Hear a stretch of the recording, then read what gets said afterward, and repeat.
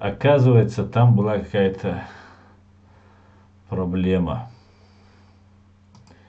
Будем надеяться, что сейчас все откроется. Так, почему и на прямой эфир, так это я читал, ассаламу алейкум, алейкум ассалам, Иса Айдамиров. После деоккупации искупаемся в Грозненском море и Сашу Сотника пригласим. Да, Алмула, Асламбек, да, Алмула. Дикни сатуисой. Ассалам алейкум. Так, цага, со, Мансур, цага. Со надек, сунума, цага. Так, посмотрим, что у нас со связью. Друзья, ставьте лайки, пишите ваши комментарии.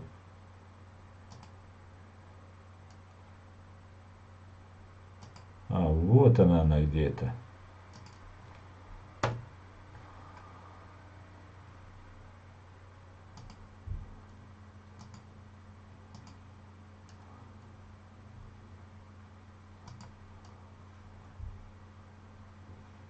Категория.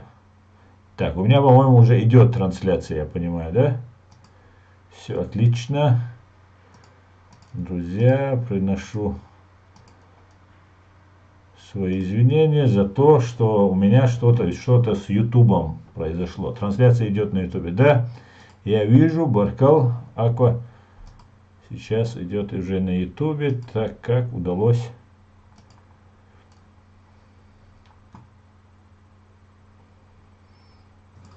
Все отлично.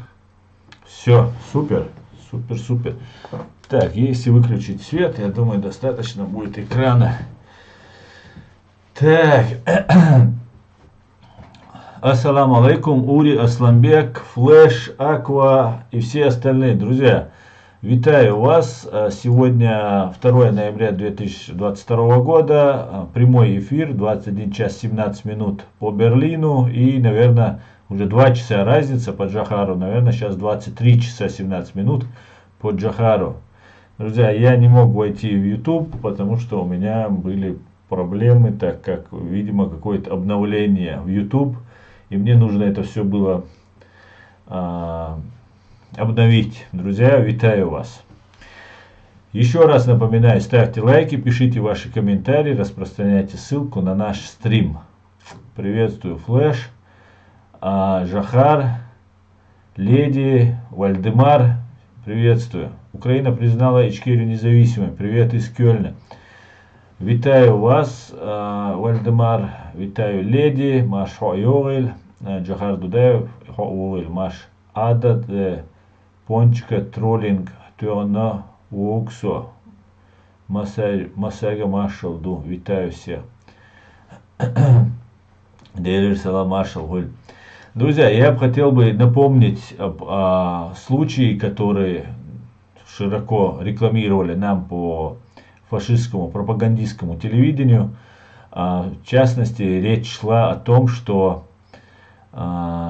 дети Кадырова поехали на войну, там несовершеннолетние дети, у него 3 сына, которые снимали показательно постановочные ролики.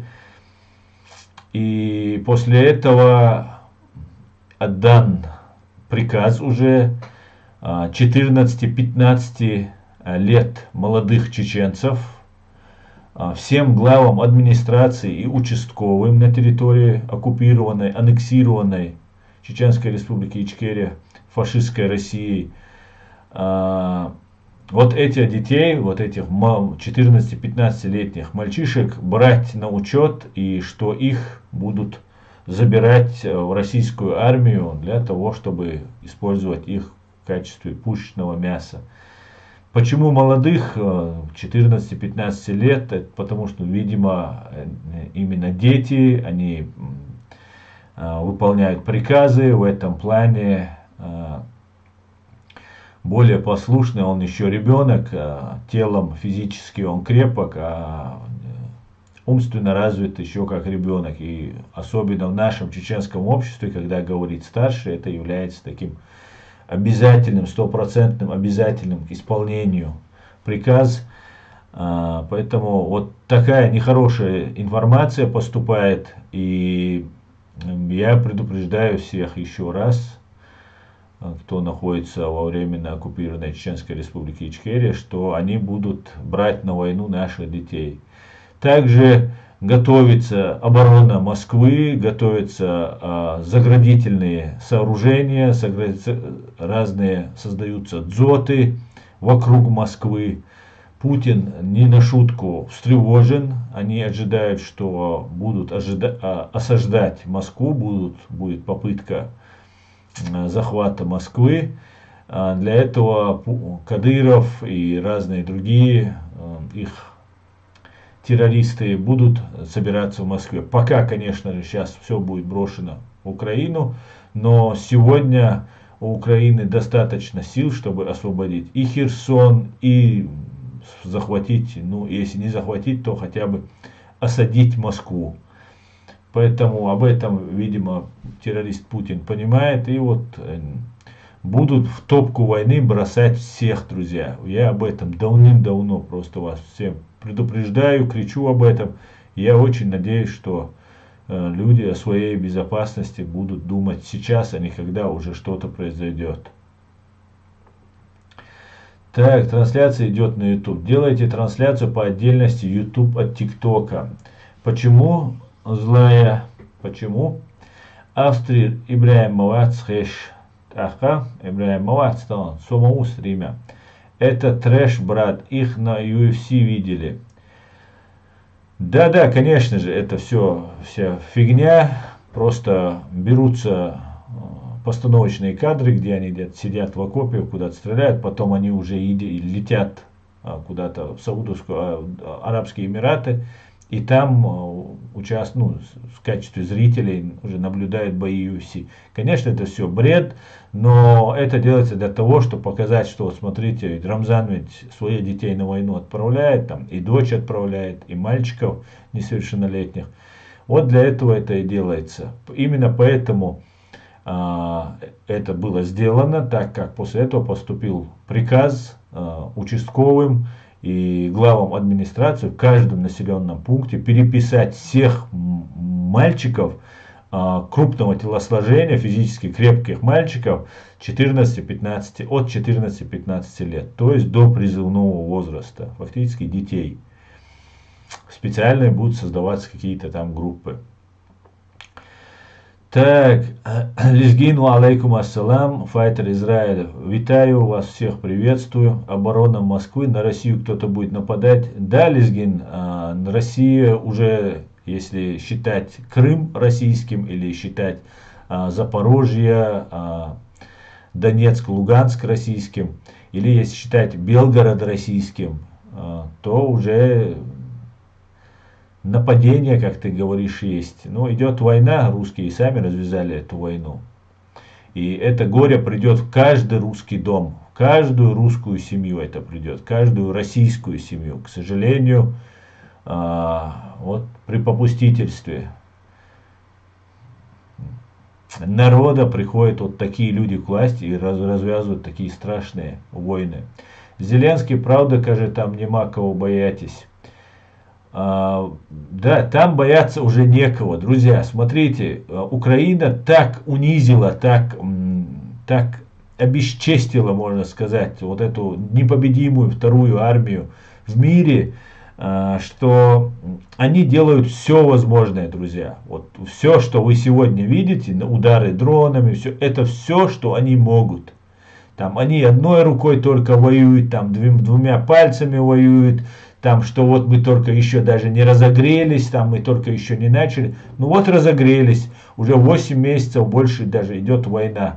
Куда еще больше разогреваться, я просто не понимаю. Куда? Вы можете мне объяснить? Может что-то больше сделать, если вас каждый день ЗСУ макает головой туда, откуда они родом, то я думаю, их моральные качества и нравственные качества мы прекрасно понимаем, способны ли они бить по мирным людям, способны ли они убивать военнопленных, там еще что-то. Мы все это знаем, взрывать своих граждан, могут ли они или нет, мы это тоже все знаем. Поэтому их ничего не останавливает, кроме отсутствия возможности это просто осуществить. Вот, все, что они могут против Украины, они делают. Биологическое, химическое, ядерное оружие, они грозятся его применить, они его применят при малейшей возможности его применить. Но так как их обложили, им сказали, как только вы примените, лично Путин получит по башке. Все, после этого желание применять отпадает. И это большая заслуга западных стран, западных союзников Украины, которые подписали Будапештский меморандум и гарантировали безопасность Украине в обмен на ядерное оружие, которое Украина отдала. Но братушки нарушили тот договор, а вот не братушки, да, англосаксы, почему-то влезли. Ну, в силу разных обстоятельств, не только потому, что там подписано, но и в первую очередь потому, что подписано было и взяли на себя обязательство защищать Украину. Как-то так, друзья. Так, Далату Бойл Аслан. Юзер, мастера Бойл Далату. Я посмотрел бы, когда к тебе Кадыров придет. Иван ВДВ говорит. Иван, ну что смотреть? Знаешь, что меня удивляет каждый раз, когда мне какой-нибудь Иван, тем более из ВДВ, пишет вот такие комментарии. Меня больше всего удивляет, что вы, русские, когда говорят о чеченце, присылаете нам Кадырова. Неужели на 140 миллионов или 90 вас миллионов, как утверждают некоторые, не нашлось русского, кто мог бы вот замолчать меня, например, или кого-нибудь другого? Неужели нужно из самого дна чеченского народа, да, брать кого-то, кем вы будете прятаться за его толстой рожей, и не хватает у вас духа самим прийти и сказать, вот мы будем с тебя спрашивать. Вот я бы хотел бы посмотреть, когда я пришел бы к тебе, или там пришел бы Шаманов ко мне, там, кто у вас там еще, кем вы нас еще пугать, там, Ермолов пришел бы. Почему у вас не хватает духа найти такого русского мужика, или Пригожин к тебе пришел бы в конце концов? А почему у вас самое дно чеченского общества является защитой вашей? Не кажется ли вам, что защита ваша никак не ценится у нас? Представьте, если это предатель чеченского народа, ну, хотя он не предатель, не чеченец, он пришлый из других, из казаков, из беглых русских крепостян, беглых русских крепостных. Вот у вас нету, неужели, своего русского мужика, который мог бы постоять за Россию, матушку, там, все такое, а? Может, ты сам пришел бы, там, ВДВ мне показал бы, еще что-нибудь, а? Почему вы, оцените нашими глазами вас? Человек, который никто, предатель своей родины, ну, самое низшее просто, в любом обществе. Существо, этот человек совершает, он является вашим защитником. У вас какие-то проблемы, Иван. Понимаешь, у вас какие серьезные проблемы. Ассаламу алейкум, ва алейкум ассалам сау. Аллаху алш войло масу учно, дейресо масу дойло дал алш, дал мула, все будет очки, дал мула. Так. Если бы не было Будапештского меморандума и Украина была бы ядерное оружие, она бы применила его против России. Я думаю, Лизгин, если против Украины применялось бы, оно бы применилось бы. Или если бы Украина теряла бы свою государственность, то в таком случае просто по закону они обязаны применить ядерное оружие. Вероятно, даже и нападение не произошло бы, если бы у Украины было понятно, что Украина имеет ядерное оружие и может его применить. Как сейчас, например, мы видим, что как только Путин грозится, ему говорят, мы ответим, там Англия, Америка, и после этого все, на этом разговор заканчивается. Да. Так, ассаламу алейкум, асколи ва алейкум ассалам. Аслан, так, это я уже читал. Не согласен с тобой, Аслан, никакого сожаления. Пусть каждый дом придет война, пусть умоется своей кровью, как умылись вашей, а потом украинской. Никакого к ним сожаления. Пришло время отвечать. Файтер Израиль. Конечно, я понимаю, я отлично понимаю украинцев, понимаю тебя. И я могу только сказать одно. в данном случае, в данный момент весь мой народ находится в заложниках в этом гулаге народов. Поэтому я не хотел бы, я хочу, вернее, всячески минимизировать те потери, которые могут случиться по отношению с моим народом. Вот я это имею в виду. И, конечно же, я не могу все равно, при всем, я понимаю тебя, мы сами все это пережили, переживаем, находимся в этом состоянии. Я не хочу, чтобы страдали невинные все-таки люди, в первую очередь женщины, дети, которые не имеют к этому никакого отношения. К большому сожалению, невинные украинские женщины и дети каждый день гибнут на этой войне. Благодаря вот таким Иванам из ВДВ и Путину, банде ФСБ и вот этому великому, так сказать, имперскому русскому фашистскому народу. Из-за их глупости. Уважаемый Аслан, пожалуйста, ответьте на своем канале, осветите на своем канале ситуацию с ленд-лизом. Пожалуйста, объясните, почему, несмотря на то, что прошло уже 6 месяцев по ленд-лизу, не пришло ни одного патрона. Уважаемый С-Ант, я не могу сказать за Америку, что происходит. Я вижу, что до получения ленд-лиза вы уже получали и хаймарсы, и другие очень нужные вещи, и боеприпасы к этому. Я не владею всей ситуацией, я никак не могу повлиять на ленд-лиз. Задерживается, если он, и если нет. Гарри Табак говорит, задерживается. С другой стороны, мы видим, что украинская армия наступает. Видим, что украинская армия бережет свои силы, бережет свой личный состав, но при этом наносит страшные просто. Я наблюдаю, какие потери носят, я подписан на некоторые каналы российские, там, в том числе и кадыровские, и смотрю, что там происходит, я вижу их настрой, я вижу их подавленный настрой, я вижу тяжелое положение их. И поэтому я думаю, что не все то, что нам говорят, что там ленд-лиз там не включен, там включен, не все может быть именно так. И на войне, как говорится, на рыбалке, на войне первая жертва — это правда, да, по-моему, это так говорится. Поэтому, всякое может быть, но мы видим, что выделяются деньги, Украина наступает, наносит удары, как мы знаем, неизвестно кто, конечно, может, покурили опять на российский Черноморский флот. Теперь я уже полагаю, что удар по Крымскому мосту мог быть вот этой интересной штукой, которая плавает по воде или ходит по воде.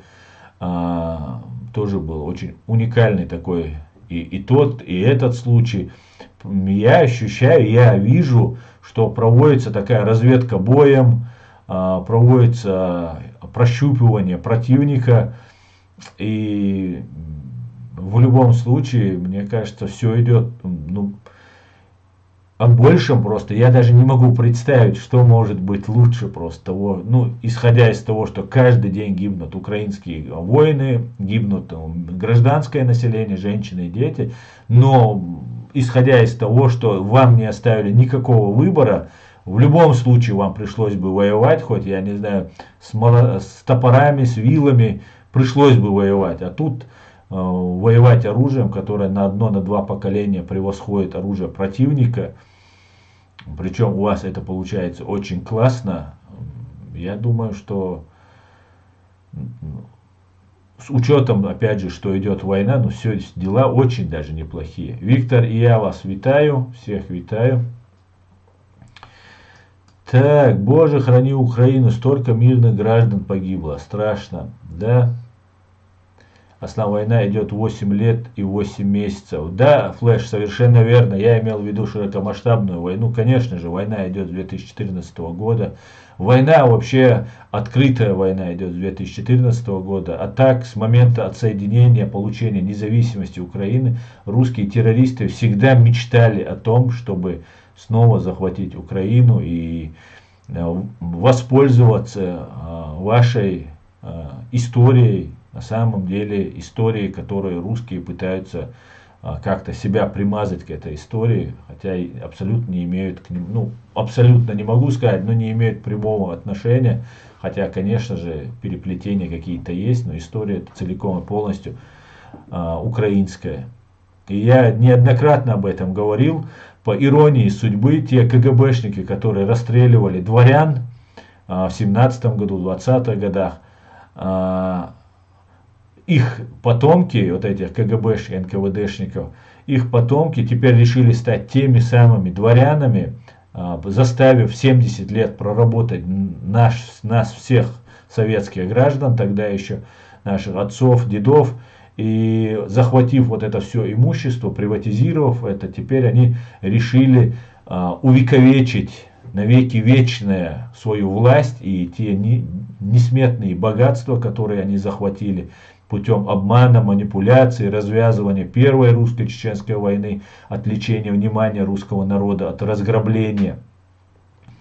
И вот теперь им нужна история, чтобы они стали настоящими дворянами. Они уже придумывают легенду о том, что в отделе КГБ есть какой-то отдел, который был связан еще со времен царской охраны. И вот это все сохранялось и передавалось. Потом они, я так полагаю, откроют нам тайну. Ну, собирались сейчас уже этим планом.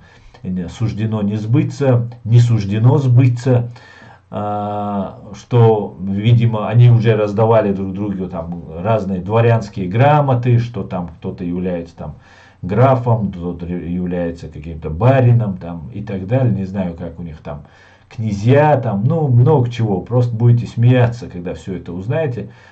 И, видимо, полагали так, что выходит какой-нибудь отдел КГБ, достает какие-то супер архивы и говорят, что вот мы сохранили эту власть от коммунистов, которых, кстати говоря, они же охраняли этот коммунистический строй и убивали миллионы советских граждан, якобы принуждая нас к социализму, отбирая у нас всю собственность, раскулачивая нас и так далее, ссылая, топя, с голода убивая, сжигая, бросая в войны какие-то, абсолютно ненужные агрессивные войны против соседей.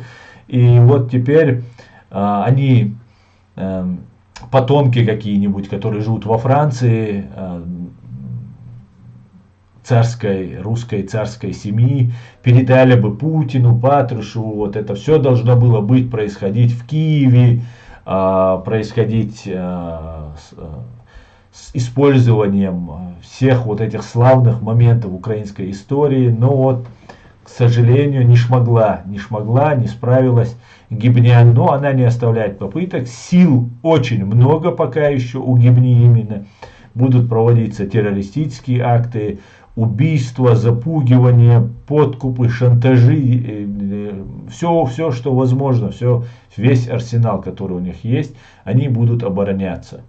И мы видим, к большому сожалению, и в Украине, и здесь, в Европе, мы видим, как они нагло действуют, они абсолютно ничего не стесняются, их можно увидеть на российских каналах. Канал 24, например, украинский, на нем уже просто целиком стримы Фейкина, российского вчерашнего боевика,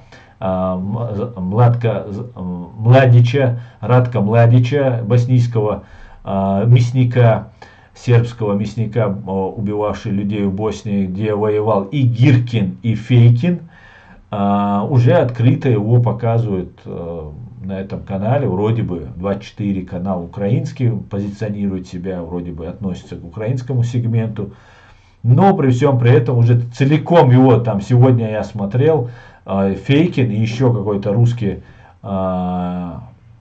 не помню кто, какой-то журналист российский, который был депутатом первого созыва еще и так далее, забыл его фамилию. Ну, короче, вот такие вот персонажи уже открыто вещают на Украину. Пока Украина сражается и гибнет, ее войска сражаются в тылу, ну то же самое, как я называю, чеченское дежавю, когда побеждаем на поле боя, но в тылу происходят очень странные вещи, которые объяснить просто так, ну очень сложно.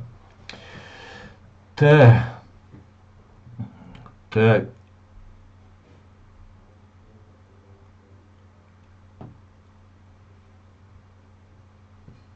так, так. Скорблю вместе с карачаевским народом день 2 ноября, день, когда был совершен геноцид. 2 да, была депортация карачаевского народа. Присоединяюсь. Так, ассаламу алейкум, братья ночи, ва алейкум ассалам. Хорваты, боснийцы лучше сербы, говорит Лиза. Салам Арцую, слава Ичкерии. Салам, соловьиный помет. Салам. Для меня ночи американцы и европейцы, кроме Турции. Израиль 1100% братские, говорит Майкл. Русские также поступили с белорусами. Беларусь потеряла свое гордое имя литвинов и стали подстилкой русни, говорит Флэш. Да, да, именно так, именно так. И то же самое ждет Украину. Если Украина не выстоит, да, сегодня, если она теоретически, допустим, не выстоит, это новые солдаты империи. Понимаете? Новые солдаты империи. Вот и все. 40-миллионная армия, это новые завоевания, их не жалко абсолютно, их вот как сейчас и кадыровцев, и весь чеченский народ также будут мобилизовать всех украинцев. Вот посмотрите, что происходит с чеченцами. Вот украинцы, которые говорят, что вот нам не стоит воевать, нам как-то нужно быть, договариваться, там еще что-то, то я вас уверяю, друзья, вас также будут забирать на войну, на новые войны, ваших детей. Ну, в любом случае нужно побеждать в этой войне. Так, Феликс утвердили политическая партия ночь. Так.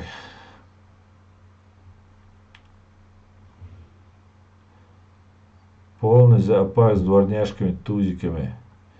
Асамбляки, я говорил об этом, давно говорил, но почему-то никто не гнушается, продолжает дальше общаться, и у меня закладывается подозрение, что все это делается сообща. Когда у вас нету разграничения между свой и чужой, да, в таком случае потихонечку вокруг вас оказываются чужие. Вы просто не заметите, как все будут чужие. И вы уже будем, и мы уже будем одни. Именно поэтому должен быть такой островок, где мы, да, мы имеем мало ресурсов. Сегодня против нас Россия ведет страшную, мощнейшую пропаганду. И затрачиваются колоссальные средства, выделяются сюда, в Европу, выделяются на других вот этих агентов, российских агентов, чеченского происхождения, тратятся большие деньги. Мы не имеем таких ресурсов, как у них. И мы просто можем вроде бы как потеряться. Но вот в этом большом массиве лжи и пропаганды, которая ведется против нас. Но есть одно но. Да, нас мало, но за нами истина и правда. Значит, весь чеченский народ. И любой чеченец, который не знает правды, его можно обмануть, он может находиться на той стороне или быть там предвзят и негативно к нам настроен. Но как только он узнает, что независимыми, не подчиняющимися никаким спецслужбам, тем более русским спецслужбам, российским, фашистским спецслужбам, которые нас убивали, здесь нет людей, то вот эти люди будут больше доверять нам. И лидерами общественного мнения будут те люди, которые заслужат доверие этих людей. Остальное, вот это создавание, там какие-то там накрутки, там 500 тысяч подписчиков, миллион там тысяч подписчиков, миллиард подписчиков, это ни о чем не говорит. Да, для человека, который не сведущ, для молодого они будут обманывать. Мы должны вести разъяснительную работу, разъяснять, кто есть кто, чтобы это понимали. Но, к большому сожалению, вот мы не ведем достаточную работу, чтобы понимать. Но для того, чтобы Ичкерия победила, достаточно даже одной маленькой группы людей, которые будут на стороне правды. И как говорится в Коране, явилась истина и сгинула ложь. Воистину ложь обречена на погибель. Они ничего не могут сделать против лжи. только физическое устранение каждого из нас, который говорит правду, только в таком случае так им удалось на время загасить те языки пламени правды, которые вырывались из нашего народа, угнетенного чеченского народа. И мы должны также дальше продолжать, несмотря ни на что. Было бы легко, нам бы это не досталось. Да. Как в фильме Иман Васильевич меняет профессию, то скоро в Кремле будут кричать: замуровали, гады. Да. Салам Арцу Славич Керри. Для меня ночь так это было.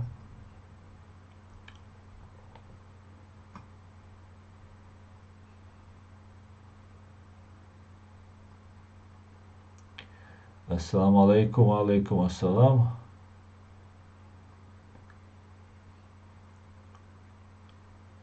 Ассаламу алейкум, ашу ассалам. Алейкум ассалам. Аллах далат табуэла дал алшу массу уэль дейре исхуль. Так. Да, ла, ты прав. Да, Подрусская гибня с канала Адат, один из отпрысков российского федерального судьи, призывает чеченцев Европы на митинг деоккупации под ГБшной Навальнята чеченской версии. Да, знаете, Джагар, в чем проблема? Проблема в том, что эти люди абсолютно нагло себя, безнаказанно себя чувствуют. Но мы не можем запретить говорить правду. Единственное, люди, которые называют себя какими-то политиками, там, властью, они сами им дают интервью, да, с этими людьми. Вот, например, люди, которые представляются властью, дают интервью. Тем самым они размывают грань между нами. Людей, которые вчера нас убивали, друзья, которые нас сажали, давали нам большие сроки, с ними у нас, они нам говорят и западные, и английские, и американские, которые им дают здесь приют, там Ахмед Закаев, например, разговаривает с ними, это никого не смущает. И получается так, что эти люди фактически размывают грани между добром и злом, свободой и рабством. И вот так получится, что эти люди окажутся среди нас. Именно поэтому я призываю нас, людей, да, нам нужно не просто замкнуться и сидеть, нам нужно работать с молодежью, доносить до людей правду, разъяснять людям, но мы четко должны у себя создать такой остров, где свободный от ГБшных агентов. Вот никого, кто мало-мальски не соответствует этому критерию, он не должен близко подпускаться к нам близко. Вот. Каждый сам по отдельности. Вот это наше такое отдельное сопротивление будет. Даже если мы не объединяемся, создайте вокруг себя, каждый вокруг себя, определенных людей, которые вы не считаете агентами российских спецслужб. И вот мы должны этих людей объединять в единое начинание. И когда настанет час X, а он уже в ближайшее время настанет, тогда люди просто будут ориентироваться. Я лично не стремлюсь никуда идти, не имею ни малейшего ни желания, ни планов. И нужно нам просто быть таким маяком, который будет разъяснять людям, что это приведет нас. Вот сейчас собираются какие-то группы, что там сейчас мы будем освобождать Чеченскую республику, Ичкерия, там войной там, и так далее. Но мы пока этого не можем сделать физически. Да, если это будет там украинская, то что дается Украине в том количестве будет оружие. Если украинская армия заключит с нашими бойцами договор, что мы будем оказывать военную помощь, в таком случае мы сможем. В Украину воевать, ехать, но у нас есть специалисты, которые там несколько тысяч уже там человек собралось, но этого недостаточно, чтобы освободить Чеченскую, если несколько тысяч поедет. Поэтому большая работа предстоит. Нам нужно просто не дать тянуть нас в разного рода провокации, сохранить чеченский народ, переживший геноцид. Ила Цедойч, Ли Цедойч. Так. Аслан, ты знаком с Фархатом? Да, был знаком с Фархатом. Аслан, как с тобой связаться? Надо помочь. Садеда, напиши мне в Facebook. Facebook мне удобнее будет. Там ссылка на мой основной канал Facebook, она есть под каждым описанием под видео. Украина выстоит, цен не вид не обговаривать. УПА ведь абсолютной меньшости боролись и перемогала. А имя их идеолога до сих пор выкликает страх любого козломордого. С Грай я абсолютно не сомневаюсь, что Украина выстоит. Сейчас просто не выстоит, мы просто не можем, не имеем ни возможности просто, потому что такие возможности у Украины, ни у УПА никогда не было именно превосходящей на одно, на два поколения оружия противника. И такая поддержка всего мира, конечно, мы выстоим, конечно, вы выстоите, ваши воины выстоят, которые несут именно на своих плечах все бремя вот этой Третьей мировой войны, если угодно ее называть, или античекистской войны, не знаю, как ее назвать. Конечно, выстоим. Ассаламу алейкум. Аслан, Рамзан был стукачом. Ва алейкум ассалам, Ленд. Я не знаю насчет, был Рамзан или нет. Сейчас-то он точно им является. А вот его отец, по всей видимости, еще с Бухары, где он учился в медресе, был завербован и с тех пор работал на КГБ. Хорошо, что Эдигов не стал проводить стрим с этим подрусским гибняком бородатого филиала. Гибятками. Я ничего не понял, Джахар. О чем ты говоришь?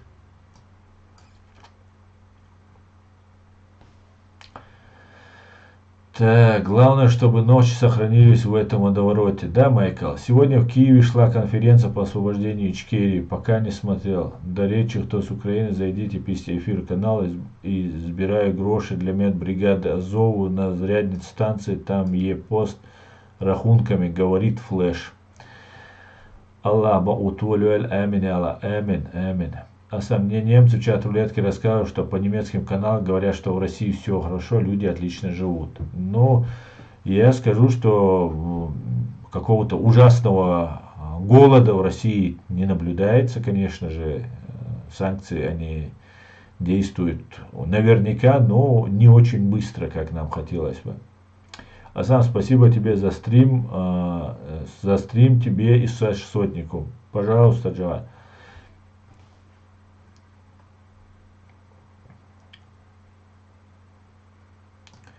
Файтер 2019. Как думаете, съезд чеченцев в конце месяца запустит процесс объединения чеченцев?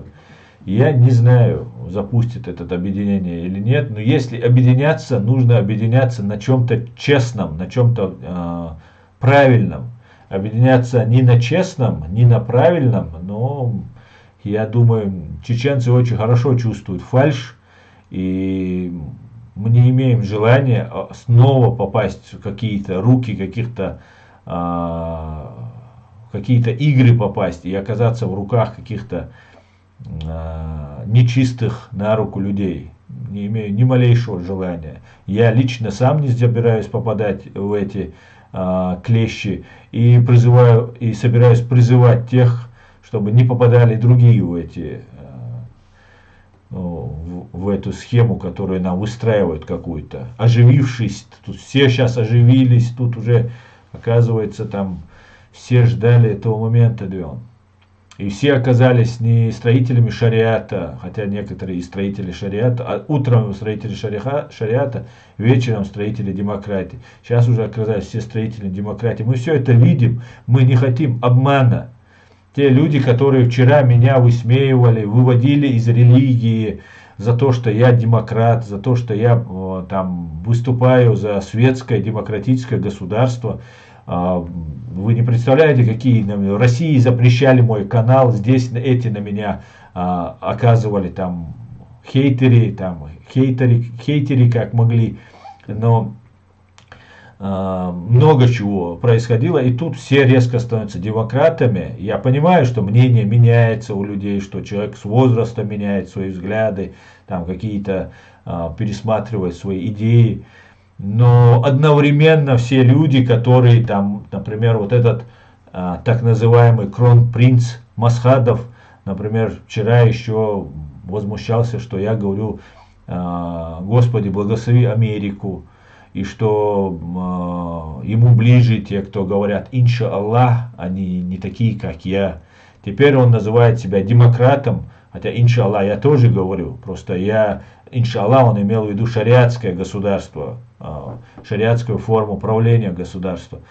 Есть Барт Маршо, там, Джамбулат Сулейманов, и те же люди в его организации есть, был Казбек Айтукаев, ну у них там менялись эти названия, которого правительство, так называемое Ахмеда Закаева правительство, обвиняло в том, что он сдал бойцов, когда вот этот Айтукаев, и все равно продолжал находиться этот человек рядом с вот в этом Барт Маршо. Ну вот такие люди у чеченцев, ну, не вызывают. Да, нам можно навязывать пропаганду, нам же Кадырова навязали, есть люди, которые идут за Кадырова, есть им там кому-то руку отрезают, он говорит Ахмад сила там и так далее. Но люди уже зазомбированные, какие-то программы против нас будут вестись. Тот же там братья Ингулбаевы, например, их отец судья, российский судья, вы, кстати, на украинский канал приглашаете, тоже мы видим. Их отец федеральный судья в Чеченской республике был и осудил огромное количество чеченцев, в том числе и борцов с оккупацией, не только там каких-то преступников, но и борцов с оккупацией, на большие сроки осуждал. А в это время вот эти Ингулбаевы, которым сегодня Ахмед Закаев дает интервью, находились под защитой Федеральной службы безопасности, так как КГБ всегда контролировал судьи, и он сам об этом говорит, что у них был иммунитет, они были защищены государством, и под защитой находился не только их отец как судья, но и вся их семья. И в это время вот этот Ингулбаев, вот с этой бородой, у которого там дома сестра не носит вот эти хиджабы там и так далее, хотя это лично их дело, но раз ты себя позиционируешь каким-то там ярым, радикальным исламистом, строящим шариатское государство, то, наверное, надо с себя начать, с своего близкого окружения начать. Вот этот Ингулбаевы, они создавали, их папа судил бородатых, которые сражались, да, против оккупации, а он создавал в WhatsApp, ВКонтакте группу, или в Одноклассниках, ВКонтакте, по-моему, есть это видео, он где сам об этом прямо говорит. Он находится в центре Грозного под защитой ФСБ и вместе с папой создает группы. А я, например, не являюсь, мой папа, например, не является федеральным судьей, и я могу просто быть потерян за то, что я напишу ему комментарий там. То же самое про Абдурахманова, братья Абдурахманова.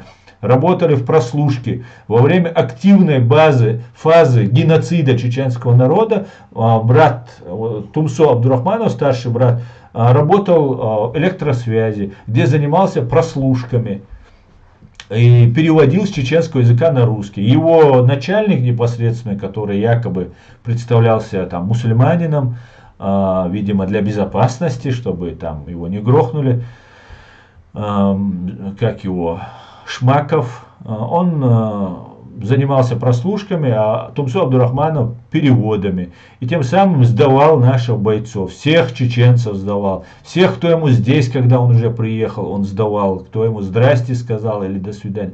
И вот таких людей нам нагнали.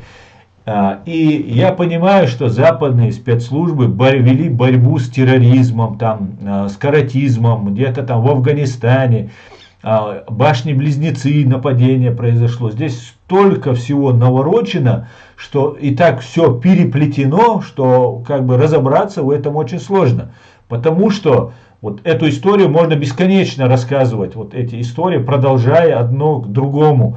Боровой, например, Константин Боровой, известный депутат, богатый человек, проживающий в Америке, сейчас проживающий в Америке, рассказывал, что до нападения в 2001 году, он об этом прямо и сейчас рассказывает, он живет в Америке, что это операция ГРУ, он об этом сообщал ФБР, прилетал специально в Америку, что будут нападения на дома, небоскребы.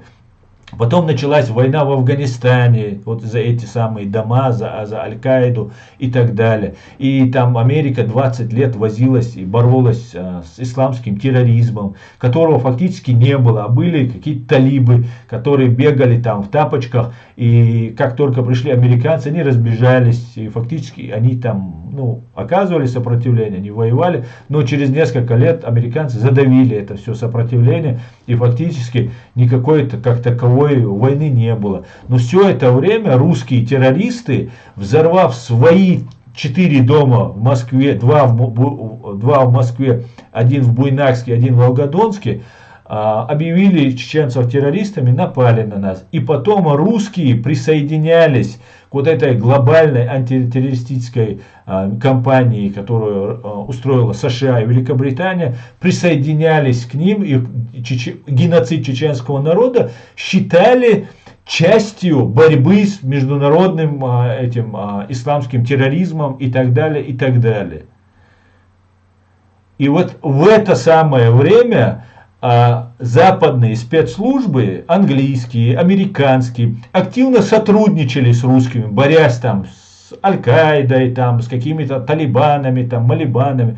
Реальная борьба была. Но и этот исламский терроризм, как и ИГИЛ, был спровоцирован, финансировался. Известно, что бывший президент Калмыкии Кирсан Илюмжинов покупал нефть у ИГИЛов. Известно, что кураторами в ИГИЛе были многие функционеры партии Баас иракской. Известно, что в Чечне убивали чеченскую молодежь. С их документами отправлялись сотрудники российского ГРУ под видом исламистов в Сирию. И таким образом эта группа ИГИЛа продолжала вести вот эту свою подрывную антимусульманскую фактически деятельность, запугивая весь мир исламским терроризмом. И вот сейчас вот эта игилоидная, КГБшно-игилоидная часть, настоящие, искренние или оболваненные, полезные идиоты, оболваненные, вынужденно вышедшие защищать там в Сирии, в Ираке, еще где-то свою страну, эти люди погибли. И осталась вот чистая КГБшная вот эта обслуживающая структура. И вот они уже сами начали, всех они пересажали, поубивали. И теперь вот эта игилоидная система в лице Абдурахманова, в лице Янгулбаевых, там, и которых многих мы не знаем, товарищи, вот эти люди теперь поддерживаемые здесь на Западе, да, им дают политические убежища, дают, они получают разные бумаги, там как-то Ахмед Закаев с ними проводит интервью, легитимизируя тем самым. Я не знаю, это английские спецслужбы его к этому подбивают, или он сам это делает, или это какие-то другие спецслужбы, русские спецслужбы его на это подбивают. Я не знаю, почему он это делает, но таким образом вот эти террористы, которые людей обманывали и выставляли легко внушаемых, находящихся в тяжелом психологическом состоянии, там, убили родственников, война, там, стресс, там, все такое.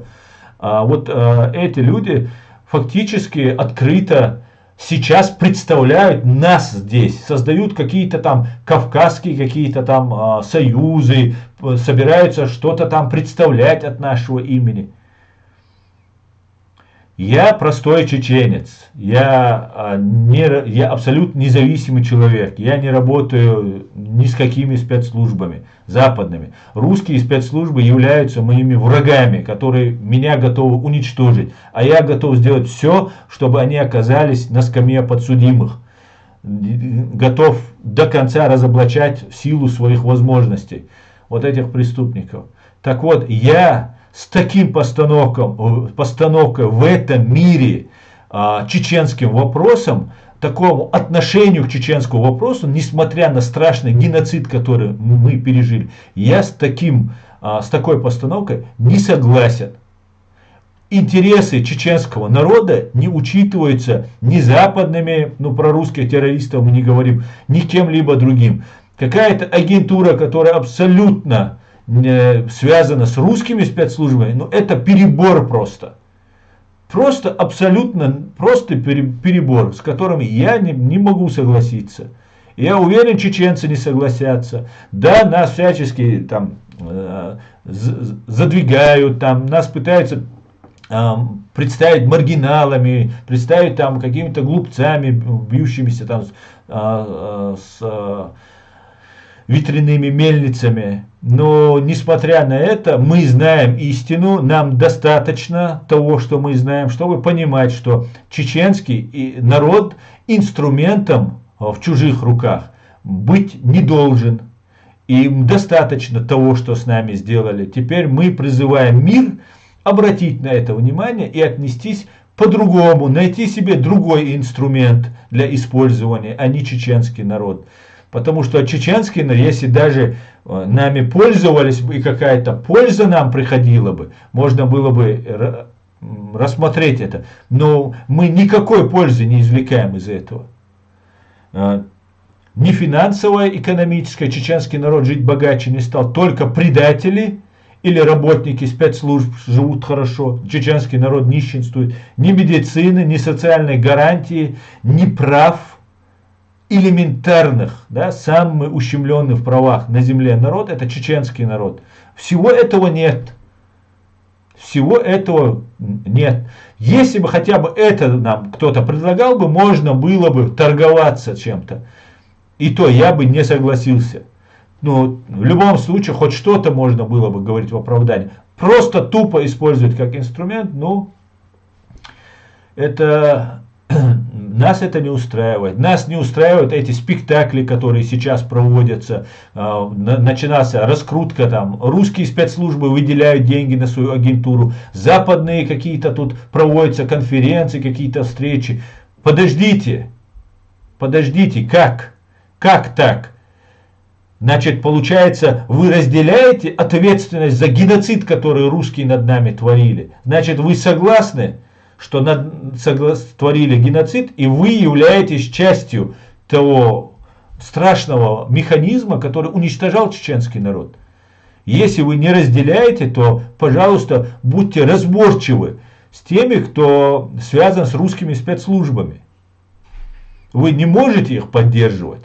Вы не можете выделять деньги, они не могут встречаться где-то их принимать. Да, они могут заниматься какой-то деятельностью, у нас свобода слова. Но нас это в корне не устраивает. Меня лично это не устраивает. Я так не согласен. Чеченский народ пойдет за честным, за умным, за сильным лидером. И такие лидеры есть в чеченском народе. К большому сожалению, этих лидеров пытаются задвинуть и с ними не разговаривать, потому что они независимы. Им нужно какие-то делать уступки, идти куда-то им навстречу. Проще взять агента, на которого ставить клейма негде, которого русские держат на крючке, и, вероятно, и западные спецслужбы тоже. И таким образом им управлять в своих интересах. Не в интересах народа, который пережил геноцид, страшное время пережил, а именно в своих личных интересах, для каких-то своих личных целей. Я надеюсь, чеченцы проснутся и, может, перестанут быть инструментами в руках. По крайней мере, мы будем разъяснять в силу наших скромных возможностей эту нашу позицию.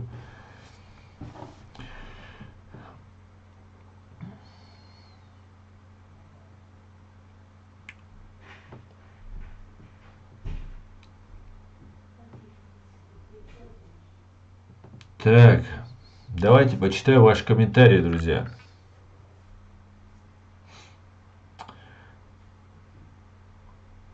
Я немного перемотаю. Я имел в виду, что Гибняй анонсировал интервью с Ахьядом Идиго, но что-то пошло не так.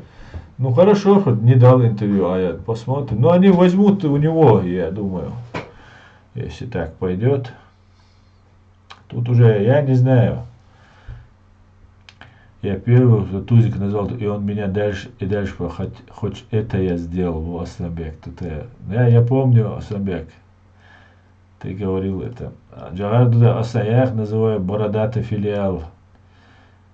Да, бородатый филиал Джихад не отображает всю суть. Да? Бородатыми есть искренние мусульмане, которые являются нашими друзьями, те, например, нашими союзниками, единомышленниками. По крайней мере, они искренни в своих побуждениях, их можно, как говорится, им объяснить, что нам выгодно, что невыгодно. Вот называть их подколопный филиал, вот это было бы точнее, потому что вот в чем вся связь. Если мы говорим, что они связаны с исламом, и они прикрываются исламом, таким образом мы вступаем в их игру и начинаем, войдя в их матрицу, начинаем бороться с бородатыми, да, которые там представляют радикальный ислам и так далее. Но они не представляют радикальный ислам. Они меняют свои взгляды. Вы видели, несколько лет, вот все зрители, мои свидетели, как они набрасывались за то, что я говорю про демократию. Теперь они все стали демократами. А до единого. Вообще нету речи о шариате. Все, конституция, закон, партии, парламент, там, президент и так далее, и так далее. Начали говорить. Это говорит только лишь о том, что они сразу сменили свое мнение, сразу переобулись. Говорит о том, что они работают по конкретной программе. Поступает установка, они работают по этой установке. Вот, и среди мусульман, которые даже строят шариатское, да, имеют представление, если он искренен, и мы ему донесем до этого, он поменяет свою точку зрения. Да? Если он не поменяет, его будет не так много. А вот если эти люди начинают вести свою программу, несмотря ни на что, и мы видим связь их с русскими спецслужбами, вот это нужно нам говорить. Наша проблема не войти в матрицу ваххабист и антиваххабист и там бороться. Нам нужно выйти из этой матрицы и смотреть над тем, кто стоит над этим. Не говорю весь мир, да, весь мир тоже во многом замешан. Я говорю просто про КГБ, которое есть, которое управляет этим. Вот мы должны рассекречивать архивы, привлекать виновных в преступлений. Мне, как правозащитнику, политика, если честно, мне она вообще не интересна была. Вообще, просто я вынужден о ней говорить, так как это связано с нашими правами. Даже если нас не деоккупируют, да, мы не деоккупируемся, это будет второстепенно для меня, если мы накажем всех виновников, как предателей чеченского народа, так и оккупантов, русских оккупантов. Вот это моя цель. Деоккупация, чтобы мы получили права и наказание, полноценные права человека и наказание всех виновных. Вот к чему мы должны стремиться.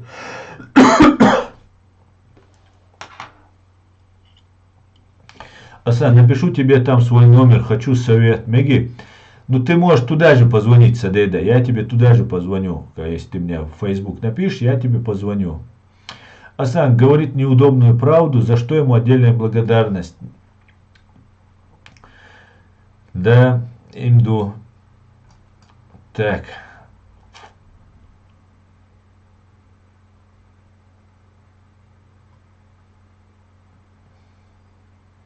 Они типа против Кремля, а сами стучат к Кремлю. Да?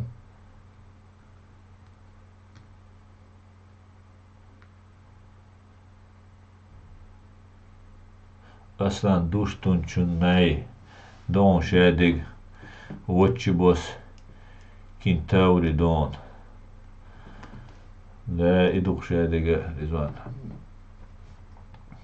Надо снова колодцы в Африке копать для ленивых африканцев. Да, это тоже была разведывательная деятельность и зарабатывание денег. Таким образом, террористы из банды Пригожина занимались своей деятельностью. Эти ему, видимо, помогали Дион. Они перехватывают инициативу, поэтому не являются противниками Кадыра. Их там много. Но сейчас, как только голова падет, они разбегутся. Посмотрим. Аслан, выскажешь по новой политической не было ли у тебя план учредить свой? Думаю, что у нас есть потенциал. Так. Я о ничем и ни о ком не высказываюсь. О пустом сотрясании воздуха того, чтобы я рекламировал. Ой, ну сколько можно вот это бред повторять. Агентов, гибнюков. Причем заходят люди с новыми никами, видимо, сам вот этот тузик сидит, мне пишет. Или Кронпринц, который видит, что я везде пишу, сам сидит, мне пишет. Основа старая говорит, собирает дальнюю дорогу. Ты как, с нами или... Я уже в дороге, думал. Я бы проголосовал, да.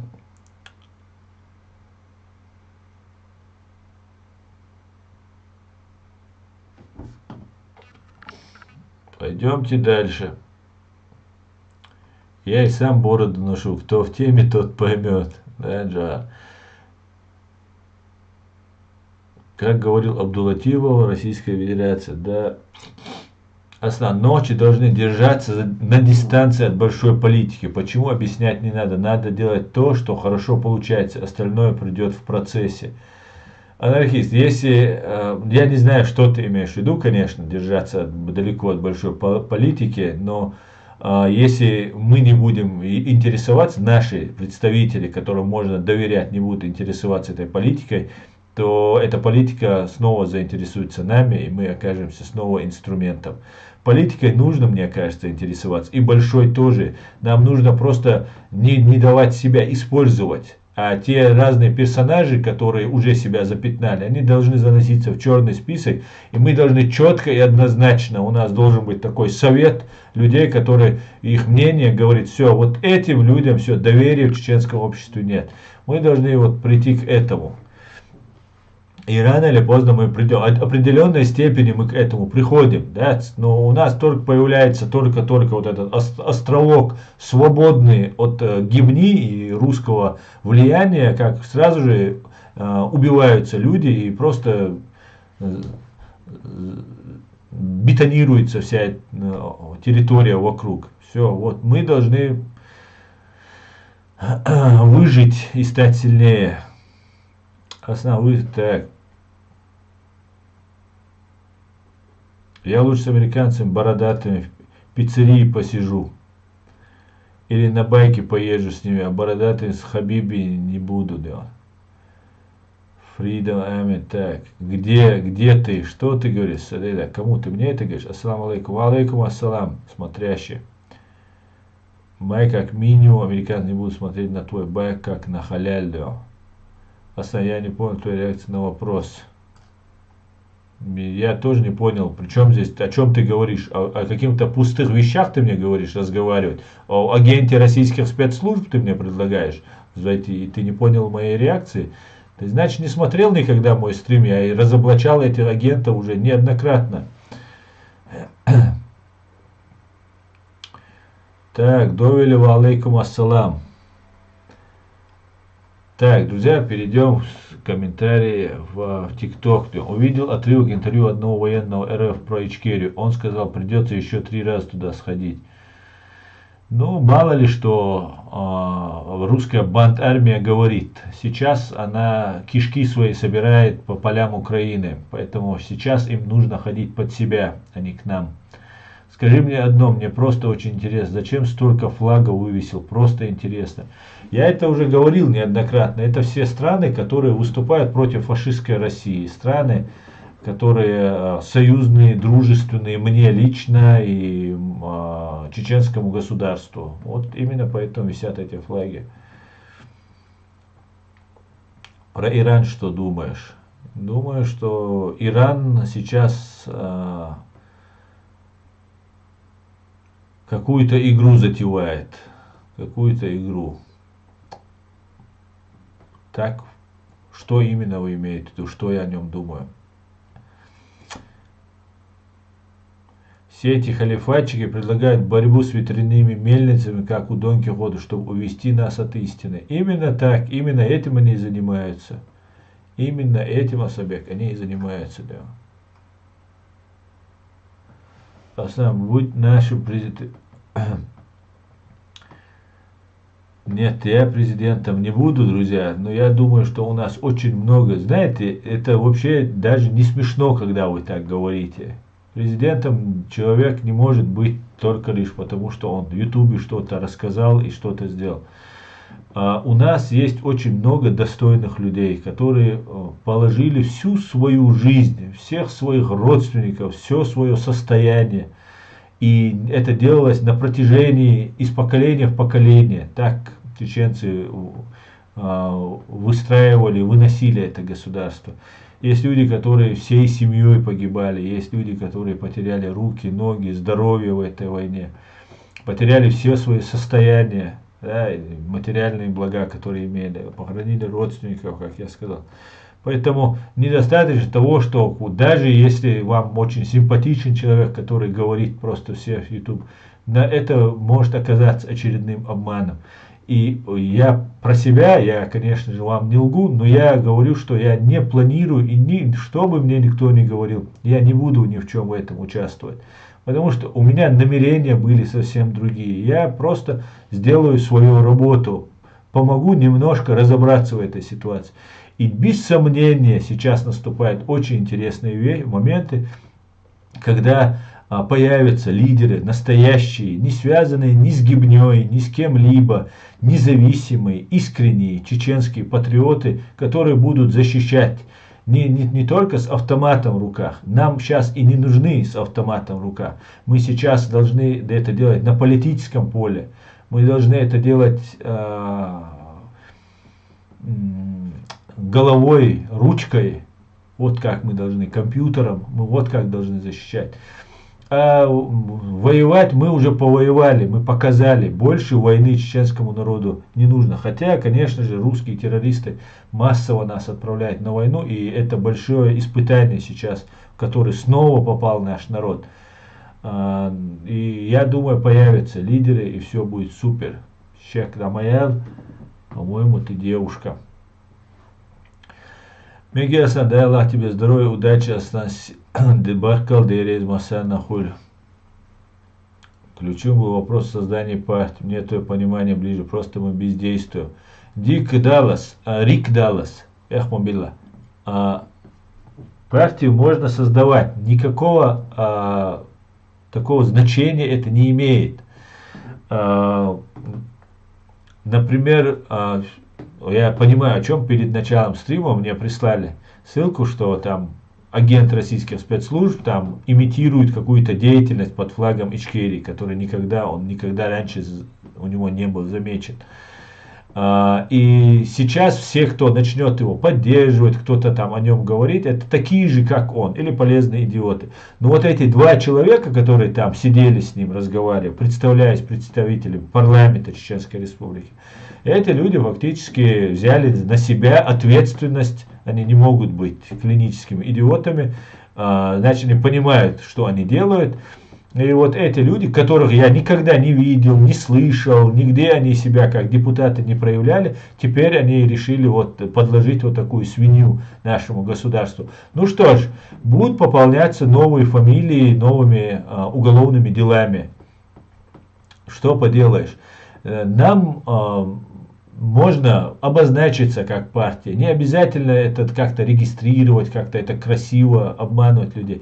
Главное не то, что мы как-то назовем партию, создадим партию. Главное идея, которую мы будем нести, понимаете? Вот она самая главная вещь. Все остальное оформляется. Все, и умные люди наберутся, и устав составить, и там порядок, протокол необходимый. Все это можно составить.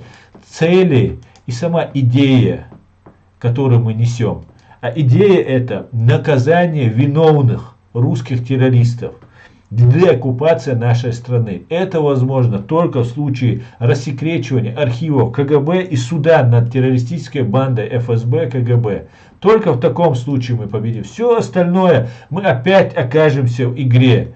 Да, соблазн очень велик сейчас, когда происходят какие-то события, влезть в это, там, получить какую-то там, я не знаю,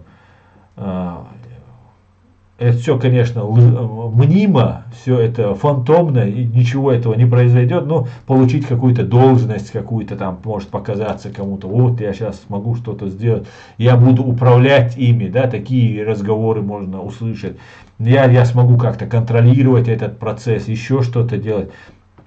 Не сможете, друзья, не сможете, это мы проходили. И межвоенное время мы проходили, когда Руслана Кутаева мы в правительство Аслана Масхадова включали, там не последним человеком, да, каком-то там правительстве там его создавали, и так далее, и так далее. Единственный способ наказать преступников и сохраниться нам свободными, независимыми, это с нуля заново создать такой островок, свободный от влияния русских спецслужб и вообще русских в целом, в России, вот, и, россиян в целом. Независимость от их национальности, там могут разные другие россияне оказаться. Ничего связывающего с Россией нас не должно быть. Только в таком случае мы вернемся к пути Джохара Дудаева, к свободному независимому государству. Только так. Все остальное это имитация. И в конечном итоге, даже сейчас там говорят громкие слова Ичкерия, независимость, свобода, о котором не говорили все эти годы. Люди, которые говорили, что флаг нельзя, герб нельзя с изображением животного, исламе запрещен. Флаг у нас какой-то тагутский, нам нужен какой-то игиловский там черный флаг, еще какие-то там надписи на этом флаге и так далее, и так далее. То есть атрибуты нашего государства уничтожались, теперь они уже как бы снова говорят об этом и так далее. И говоря о них, мы их популяризируем. Нам нужна идея. Идея у нас есть. Идея это путь Джохара Дудаева. Путь свободы и независимости чеченского народа. К этой цели, вот к этой главной цели, к которой мы должны идти, добавились еще цели. Это наказание виновных преступников, совершивших страшные преступления, как со стороны фашистской России, так и коллаборантов из числа наших граждан. Только так. Если бы мы вот это все не раскручивали бы, друзья, если бы мы сейчас об этом не говорили бы, если бы мы молчали бы, то здесь в Европе бы были бы бородатые группы, которых курировали бы вот через вот этих тузиков, других, третьих, и эти люди пошли бы воевать в Украину, и это на украинской стороне, и фактически могли бы оказаться диверсантами. И сейчас, правда, могут оказаться там разные, может быть. Потом они бы притворялись бы ичкерийцами, что они там борются за права людей, за права нашего народа. Но теперь они маски сбрасывают. Все маски они сбрасывают. Они уже фактически ничего. Они прямо не говорят, что мы работаем на русских, что мы работаем за деньги, что нам плевать на чеченский народ, нам не интересны интересы чеченского народа, нам они чужды, эти интересы чеченского народа. Они об этом прямо не говорят. Они наоборот говорят красивые слова, они там рассказывают нам об Ичкерии, что вот там оккупация, там деоккупация, свобода, независимость. А фактически вчера строители шариата сегодня резко переобулись. И сейчас нам это непонятно. И самое главное, тем искренним, которые верили, что они вот за Бартмаршо, за Кронпринцем, там, за Тузиком, за Ингулбаевым, там, кто там еще у них. Вот эти люди, если они искренне верили, что они строят шариат, и теперь их лидеры общественного мнения теперь строят демократию, теперь я думаю, если эти люди были искренне, которые слушали этих людей, шли за ними, но шли немного, там, на митинг не уходило, там, и 50 человек не уходило. Поэтому это все в интернете накручивалось. Все это так просто раздувается, что вот там приглашается там, и так далее. То эти люди, ну, по крайней мере, сейчас должны понять. И тот якобы, как бы они типа обманут сейчас весь мировое сообщество, они сейчас скажут, что мы строим демократию, а потом резко построим шариат. Вот это приведет к тому, вот это приведет к тому, что мы, чеченцы, останемся снова у разбитого корыта. Наше государство, а Запад скажет, ну вы строите шариат, ну хорошо. Они нам помогут, мы начнем, мы же промолчим, допустим, если мы промолчим, и они построят, вот эти люди, которых сейчас Англия, Америка, там, Украина, вот, собирает, так с ними как-то разговаривает, потом эти люди скажут, мы строим шариат. И нас опять вергнут в какую-то войну, мы скажем, что мы всем кафирам объявляем войну, и так далее, и мы опять окажемся у разбитого корыта. А Запад, американцы, англичане, они скажут, ну это выбор чеченского народа. Если чеченский народ хочет строить шариат и воевать со всем миром, ну мы хорошо, мы потренируем своих морских котиков, отправим их, пускай потренируются. И вот опять мы окажемся в том, в чем мы оказались. Поэтому, если кто-то нас должен вести, эти люди должны быть незапятнанными. А всех, кто принимал участие в этих политических делах, многие запятнаны. Не говоря уже о вновь прибывшихся сюда разные вот это агентуры. Как-то так, друзья. Как-то так. Если вы со мной не согласны, спорьте, доказывайте свою точку зрения. Привет с Украины. Привет, привет. Натали, где вы живете? Я в городе Гамбурге живу, Германия. Так, пойдемте дальше.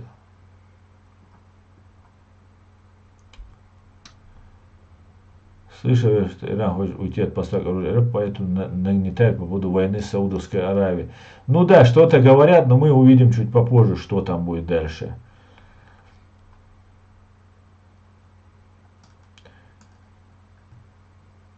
А детей это с какого возраста? Алия Валиева. С 14-15 лет крупных чеченских детей участковым и главам администрации в каждом районе Чеченской Республики Ичкерия, оккупированной, аннексированной фашистской Россией Ичкерии, велено взять всех на контроль и этих детей выявлять. Их будут забирать на войну для фашистской России. Много уголовных дел, много разбираться будет. Сами выбрали свой путь.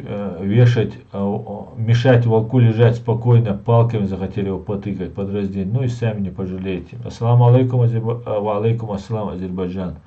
Я думаю, что Путин попросил этих иранцев так бушевать, чтобы отвлечь внимание Европы от Украины, пообещав взамен Ирану помочь ядерной бомбой. Возможно. От влияния разве нужно уходить однозначно России? У вас своя дорога, свободная дорога. Совершенно верно, Алика Диевская. Абсолютно. Только так и Украина, и мы все можем избавиться. Полное влияние.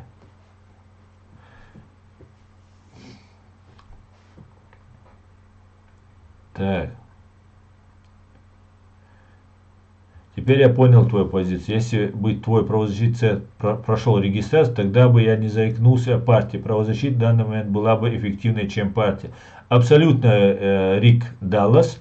Я могу тебе сказать, что наша правозащитная организация прошла регистрацию. Мы зарегистрировались. Human Rights Center Ичкерия. Вот здесь висит наш плакат. Я его, следующие стримы я его освобожу, чтобы вы видели. И мы будем принимать волонтеров, мы будем принимать сотрудников новых, проверенных, и это будет мой личный вклад в этот островок, не связанный с русскими спецслужбами никак. Будем бдить, охранять и делать все возможное, чтобы не было никакой агентуры среди нас. Да, и, конечно же, заниматься правозащитной деятельностью и помогать всем, вне зависимости, кому как, абсолютно, и украинским беженцам. Мы в основном будем помогать беженцам. Цели, задачи, все это я выложу у себя и на сайте. Сейчас цели, задачи, устав я еще не переводил на русский язык, на немецком, как все есть. Поэтому все будет, друзья, все сделаем, будем работать, и каждый на местах должен именно вот в этом русле двигаться. Мы свободные люди, чеченцы и украинцы, вы тоже послушайте. Мы свободные люди. Нами не будет командовать кто-либо, кроме как по нашей воле. Да? И этот человек должен быть не тот, что у него 20 штыков или 100 штыков автомат. Это все в прошлом. Это те дикие времена, когда КГБ навязывало нам беззаконие, ФСБ навязывало нам беззаконие. Мы будем действовать в соответствии с законом. Да? И мы, каждый чеченец, являемся генералом. И каждый несет ответственность и права за свою страну.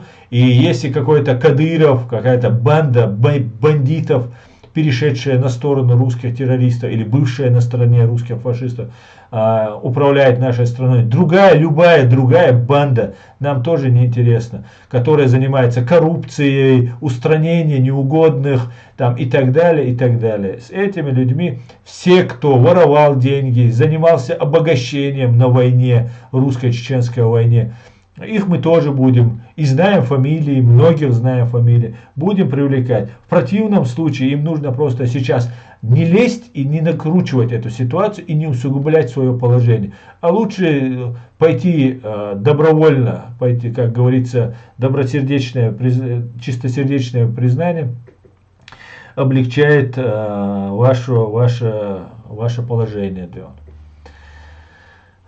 Как-то так, Дюн. Ассаламу алейкум, бюздик, масирва алейкум, ассалам, хайуэль, бюздик. Я не знал об этом, поздравляю тебя и всех нас. Это еще один шаг к цели. По поводу волонтерской, свяжусь с тобой в Facebook. Мегарду, Рик Даллас, Мегарду. Аслан, главное всегда спрятано под горой бесполезной суеты. И у России это хорошо получается. Ударьте по Дагестану, и у Кремля начнутся судороги бессилия. Вполне возможно, ты прав. Так, это уже уничтожение чеченского генофонда, забирая детей на войну. Кадыров, перегибаясь перед Кутиным за полученные. Дело в том, что русские хотят нас уничтожить. Русские хотят из нас сделать послушных солдат. Да, леди, плакат для тебя, Дэн. Шариат — это закон Аллаха, но на сей момент его невозможно применить, так как нужно время после его непосредственного применения. Да, где взять людей, которые жили бы по закону Аллаха? Эти твари русские взорвали мой дом, и я, и дети были в нем и спали. Убили моего папу, тварюги. Лика Диевская. Примите мои искренние соболезнования, Лика. Примите мои искренние соболезнования. То есть вы можете пару добрых дел перечислить от вашего фонда или группы, или не знаю, каким делом занимаемся. Black Wolf of King. Занимаетесь. Пару добрых дел. Ну, я сейчас не буду перечислять пару добрых дел. Тебе нужно 3-4 года назад зайти в мои стримы. Или, если хочешь поспрашивать у людей, посмотри, что мы делали, что не делали. И потом будет видно, да.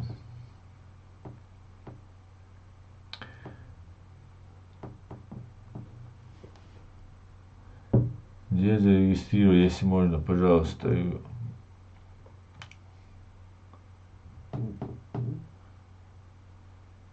Это же так, нам нужен умный человек, хватит с нас. Да, нам нужен умный человек, совершенно верно. Шариат — это как Белоснежка, которую я никогда не видел.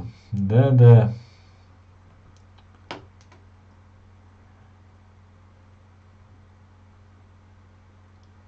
В Украине есть зомбиры, которые считают, что Украина напала на Донбасс. Были ли такие во время Чеченской войны? Лучший друг. Ну, не то, что ну, скажем так, не то, что были, которые напали там на какую часть Чеченской республики, которые говорили, но были те, кто повторял ту же русскую, вот вы сейчас говорите про тех, кто повторяет русскую пропаганду, что Украина напала якобы на Донбасс. То есть Украина внутри своей страны напала на саму себя. Вот то же самое, такие нарративы, которые ГБшная пропаганда нам навязывала, их повторяли, да, такие люди были, есть. И если не оказывать им сопротивление информационное, то они фактически продолжают свою деятельность по сей день. Так, пойдемте дальше.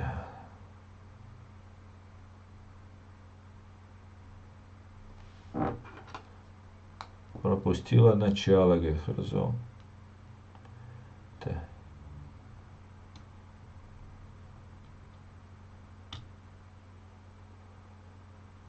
Так, друзья.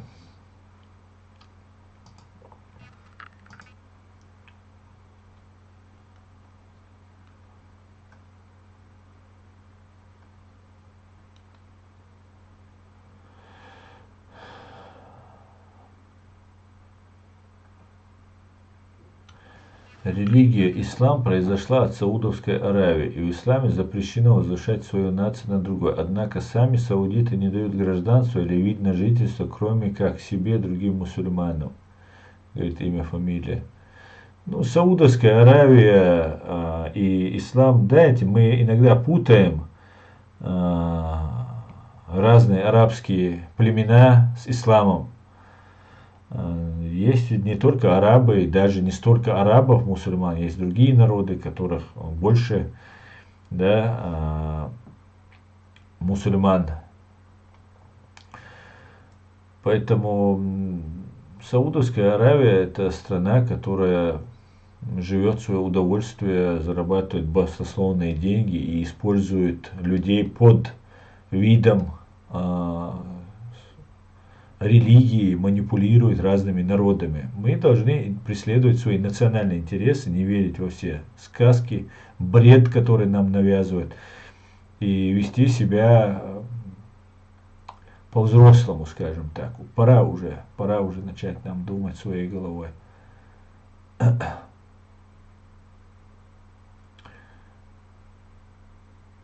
Так, ислам не слышит такой. Так, нам ногу с цивилизованным миром, с нашим устоем вековым тысячелетием.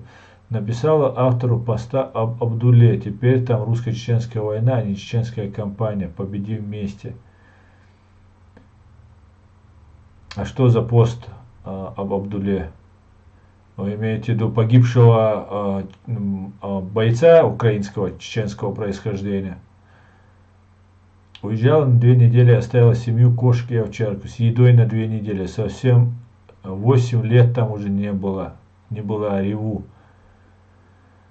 Да, Лика, большому сожалению, война — это очень страшно. Все эти хабиби и хабибти такие. Так, я живу в Астрии, здесь есть люди, живут 20 лет, говорят про шариат, и их не понимаю, почему они в Европе. Это пропаганда, которая навязывается, очень долго, упорно нам навязывается, что шариат — это какой-то там, я не знаю, коммунизм, где все хорошо, где, как помните, коммунизм нам рассказывали. Вот так рассказывают, что в жизни такого не существует. Это обман, людям навязывают. Мы, мусульмане, шариатские нормы нам не противны, они должны входить в наше уголовное, семейное право. Государство у нас должно иметь, как оно и существует, иметь светское, демократическое, правовое статус иметь, демократического должно быть государство. Ну вот людям рассказывают, что есть какой-то там, как раньше про коммунизм рассказывали, что есть коммунизм, что там все бесплатно, денег нет, тюрем нет, преступления не совершаются и так далее. Также рассказывают про шариат, а в реале мы видим Саудовскую Аравию, где семья короля утопает в роскоши, где критиков, журналистов, семья по приказу принца убивают, расчленяют в посольстве Саудовской Аравии в Турции. Но о каком исламе можно говорить, если принц совершает, по приказу принца совершает такие ужасные вещи? Как-то так. Так, Асланбек все болит тот. Так, да, Аслан тот, Абдулле надо 1000. Так, Аслан, то, что в Чечне это не ислам, а арабская идеологическая оккупация, которая ничем не уступает русской оккупации. Так, шутки в отношении закона Аллаха недопустимы. Это тем, кто тут пишет.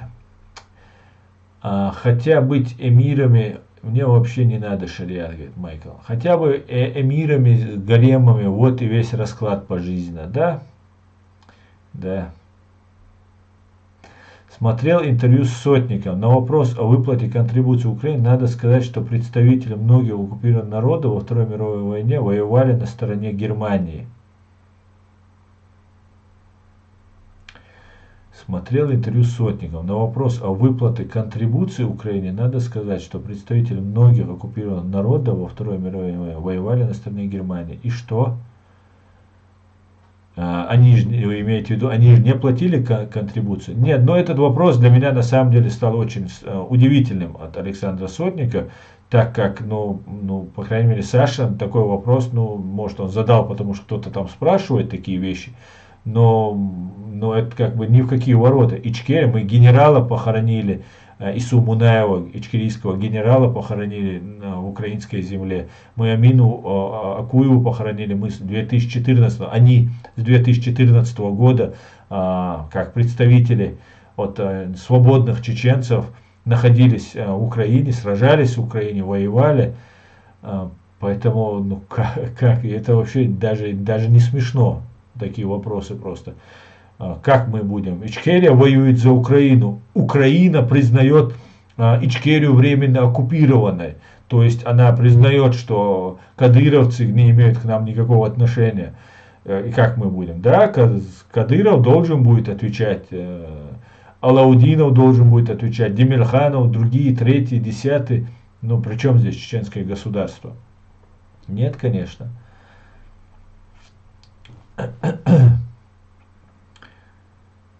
Какой-то шариат, так, проехали. Если принц убивает кого-то, при чем здесь религия Аллаха?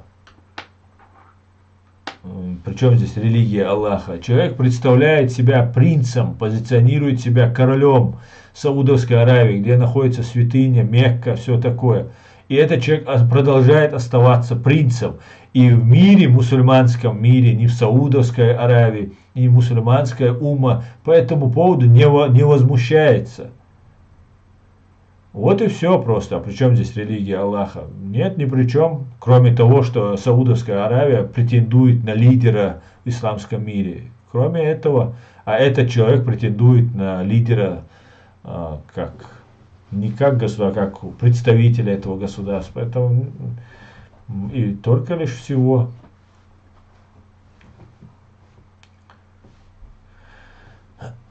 İnan xoy pes madin kehçelle yuma bu Amerik kest dat imza sunleç.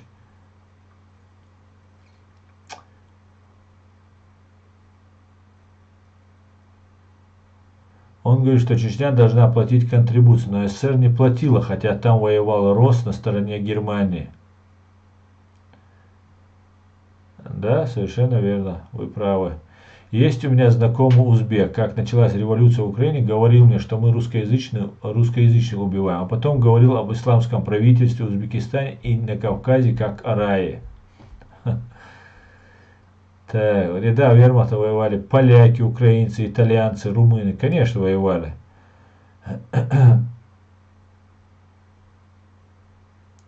Так, друзья, давайте не будем сейчас уходить в религиозные вопросы. Спросите, вы у тишины, хотят ли русские войны? Помните эту песенку? Да. Я знаю, так, в каком стране есть справедливость? Ну, в какой-то больше, в какой-то меньше она есть. После Кадырова кто будет глава Чечни? Кого выберет господин чеченский народ? Пацан, что-то напряженное интервью было с Сотником. Да, но я не заметил, Исаак Шмулевич. Я не заметил.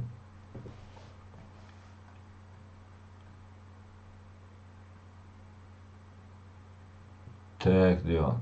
Друзья, я свой стрим закончу тогда на этом. Религия Аллаха должна быть внутри человека, говорит моя подписчица. Совершенно верно. Совершенно верно. Давайте сейчас не будем переходить на религии. И наш стрим сегодняшний завершим, друзья.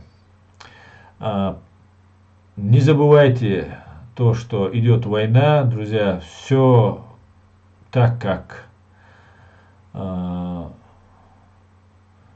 мы видим, развивается семимильными шагами. Давайте, включайтесь, чеченцы, создавайте правозащитные организации, политические партии, группы, организовывайтесь. Самое главное, наша цель – это привлечение к ответственности военных преступников, совершивших преступления против нашего народа и государства. Друзья, всего самого хорошего. Адикюэль Машоль. Все будет Ичкерия. Адикюэль Машоль, друзья. Так, я выключаюсь. Как это сделать?